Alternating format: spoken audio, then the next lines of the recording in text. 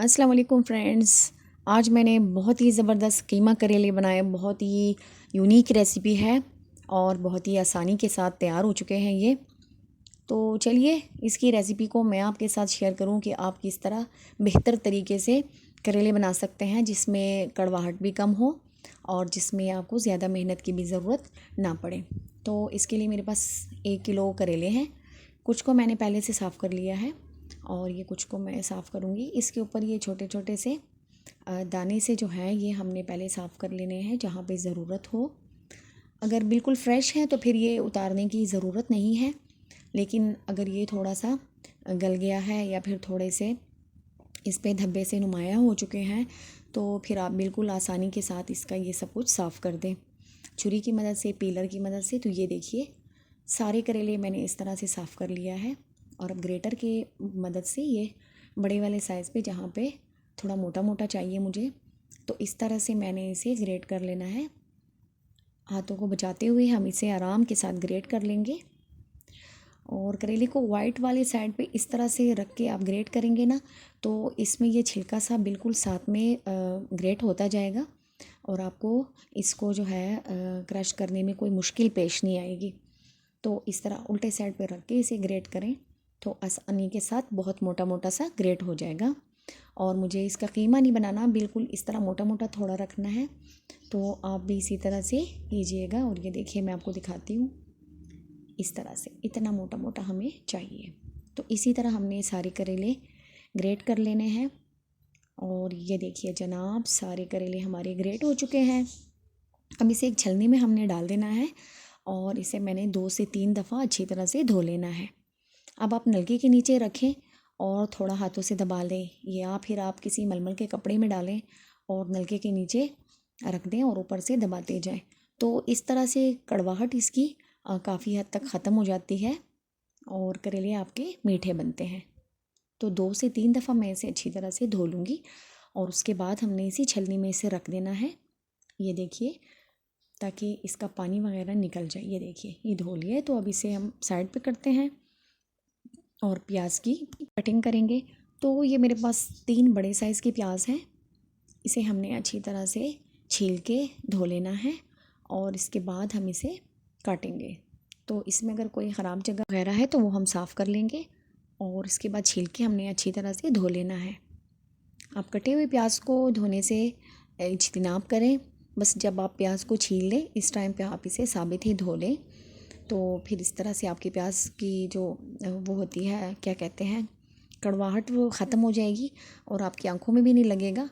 तो इस तरह आपको काटने में आसानी रहेगी। तो मैं इसे इस तरह से आड़ा तिरछा जहाँ से जगह मिले काट लूँगी। एक साइड से मैंने नहीं काटना, इस तरह से थोड़ा मोटा मोटा करके काटेंगे तो ये आसानी के साथ मेल्ट हो जाएगा। और मुझे करेलों में इसी तरह की प्याज चाहिए जो आसानी के साथ उसमें घुल जाए। तो इस तरह से हमने प्याज काट देनी है सारी और इसके साथ ही हमने 2 अदद टमाटर और 1 अदद हरी मिर्च भी लेके काट देनी है और इसका तड़का बनाएंगे। तो इसके लिए 1 कप हमने घी लेना है। आप ज़्यादा भी ले सकते हैं, आप अपने अंदाज़े के मुताबिक जितना आपके घर में पसंद किया जाता है उसी हिसाब से डालिएगा। और इसमें मैंने अपने प्याज ऐड कर देने हैं और उसको खूबसूरत सा कलर आने तक, सुनहरा होने तक हमने पका लेना है।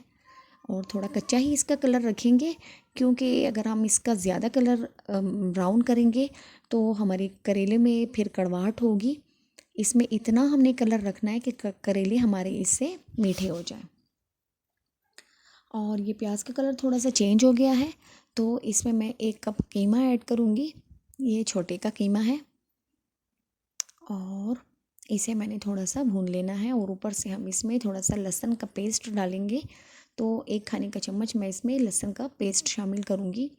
और जब मैं बग़ैर किसी गोश्त के करेले बनाती हूँ तो फिर हम उसमें लहसुन ऐड नहीं करते, लेकिन यहाँ पे क्योंकि हम इसमें कीमा ऐड कर रहे हैं तो इसके लिए मैंने इसमें लहसुन ज़रूर शामिल करना है ताकि इसकी स्मेल वगैरह ख़त्म हो जाए।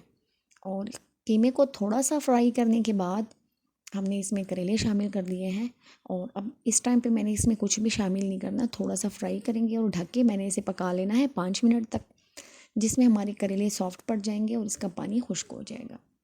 तो ये देखिए करेलियों का पानी खुश्क होने लगा है ऑयल इसमें से अलग होने लगा है, ये देखिए। इस टाइम पे हमने इसमें थोड़े से मसाले ऐड करने हैं, जिसमें हमारे पास कौन से मसाले हैं। 1 चम्मच हम इसमें लाल मिर्च का पाउडर ऐड करेंगे, आधा चम्मच हम इसमें हल्दी ऐड करेंगे और 1 चम्मच ज़ीरा पाउडर ऐड करेंगे और कुटा हुआ धनिया भी 1 चम्मच हमने ऐड करना है और अपने टेस्ट के हिसाब से हमने इसमें नमक भी शामिल कर देना है। और इसे एक दफ़ा मिक्स करने के बाद हमने इसमें अपने टमाटर भी ऐड कर देने हैं। थोड़ा सा मैंने इसमें टमाटर यूज़ किया है, उसे हमने इसके साथ पका लेना है। तो टमाटर इस टाइम पे शामिल करके हमने इसे ढक देना है और दोबारा से मैं इतना पकाऊंगी ताकि टमाटर इसमें सॉफ्ट पड़ जाए और हमारे करेले भी पक जाए। तो इसे ढक देते हैं दोबारा से। इसमें हमने कोई पानी शामिल नहीं करना और इसे हमने इसी ऑयल में पकाना है और थोड़ा सा इस टमाटर का रस होगा तो यही इसके लिए काफ़ी होगा। अब दोबारा से मैं इसे ढक देती हूँ और दरमियान में एक दफ़ा फिर हम इसमें चम्मच चलाएंगे। तो थोड़े से टाइम के बाद देखिएगा कुटा हुआ धनिया हमने ऐड कर दिया है और इसे हमने चला देना है। तो टमाटर थोड़े से सॉफ्ट पड़ चुके हैं, एक दफ़ा मिक्स करेंगे